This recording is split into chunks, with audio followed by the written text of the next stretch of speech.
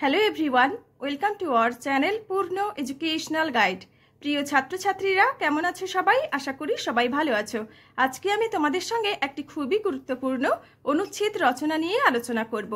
রচনাটি হলো হেমন্তকাল সম্পর্কে। রচনাটি মূলত ছোটদের জন্য। দ্বিতীয় শ্রেণী থেকে পঞ্চম শ্রেণী পর্যন্ত ছাত্রছাত্রীরা এই রচনাটি করতে পারো।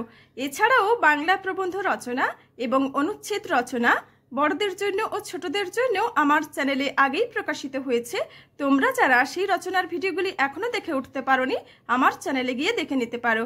কিছু কিছু ভিডিওর লিংক আমি ডেসক্রিপশন বক্সে দিয়ে দেবো, না হলে তোমরা প্লেলিস্ট চেক করলে পেয়ে যাবে। চলো তাহলে হেমন্তকাল সম্পর্কে আজকের এই অনুচ্ছেদ রচনাটি শুরু করা যাক। তোমরা ভিডিওটি স্কিপ না করে পুরো ভিডিওটি দেখতে থাকো। আশা করি ভিডিওটি তোমাদের কাছে খুবই হেল্পফুল হবে। রচনাটি শুরু করার আগে তোমাদের সবাইকে বলে রাখি, তোমরা যারা চ্যানেলটি নতুন ভিজিট করছো অবশ্যই চ্যানেলটিকে সাবস্ক্রাইব করে পাশে থাকা বেল আইকনটি ক্লিক করে দিও, যে কোনো ধরনের শিক্ষামূলক ভিডিও সবার আগে পাওয়ার জন্য। বাংলা অনুচ্ছেদ রচনা হেমন্তকাল। শরতের পরে আসে হেমন্ত ঋতু। বাংলায় কার্তিক ও অগ্রহায়ণ এই 2 মাস হেমন্তকাল। হেমন্ত নিয়ে আসে শীতের আগমন বার্তা। কুয়াশার আড়ালে মুখ ঢেকে আসে হেমন্ত। হেমন্তকালের হিমেল হাওয়া শরীরে শিহরণ জাগায়, জানিয়ে দেয় শীত আসছে। হিমেল হাওয়ায় থাকে কুয়াশার ছোঁয়া। হেমন্তে মাঠ ভরে যায় পাকা ধানে। চাষিরা মনের আনন্দে ফসল তোলে। হেমন্তে কত রকমের শাকসবজি জন্মায়, যেমন টমেটো, ফুলকপি, বাঁধাকপি, কড়াইশুঁটি, পালং, ওলকপি ইত্যাদি। মাঠে মাঠে সোনালি ধান আমাদের চোখ জুড়িয়ে দেয়। হেমন্তকালে পূজা পার্বণও কম হয় না। এই সময় কালী পূজা, জগদ্ধাত্রী পূজা, কার্তিক পূজা ইত্যাদি হয়ে থাকে।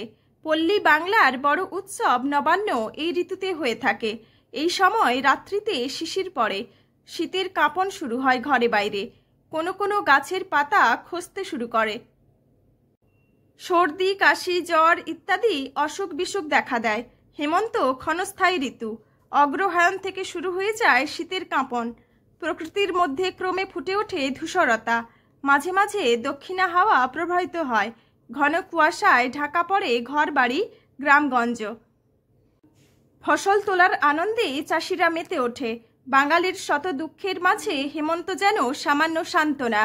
তো আমার প্রিয় ছাত্রছাত্রীরা, হেমন্তকাল সম্পর্কে আজকের এই অনুচ্ছেদ রচনাটি এখানেই শেষ হলো। তোমরা এই রচনাটি করো। পুরো রচনাটি কেমন লাগলো অবশ্যই কমেন্ট করে জানিও। রচনাটি ভালো লাগলে আমার চ্যানেলটি সাবস্ক্রাইব করে দিও, লাইক শেয়ার ও কমেন্ট করে দিও। আর তোমরা যদি অন্য কোনো রচনার ভিডিও পেতে চাও অবশ্যই কমেন্ট বক্সে কমেন্ট করে জানাও। আজকে এই পর্যন্তই, দেখা হচ্ছে পরের ক্লাসে। ভালো থেকো, সুস্থ থেকো। ভিডিওটি দেখার জন্য সবাইকে ধন্যবাদ।